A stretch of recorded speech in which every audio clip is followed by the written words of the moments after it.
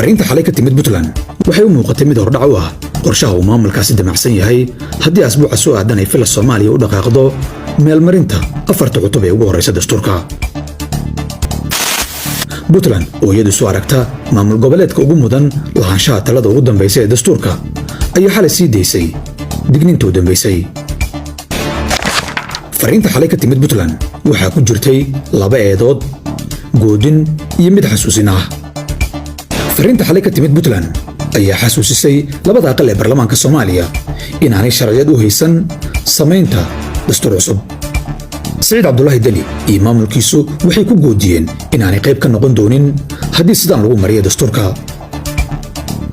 waxaa la aaminsan yahay inay tani tahay digniintii ugu dambaysay ka hor inta uusan maamulkani ku dhawaaqin inuu ka baxay federaalkii Soomaaliya haddii dastuurka sidaas lagu mariyo.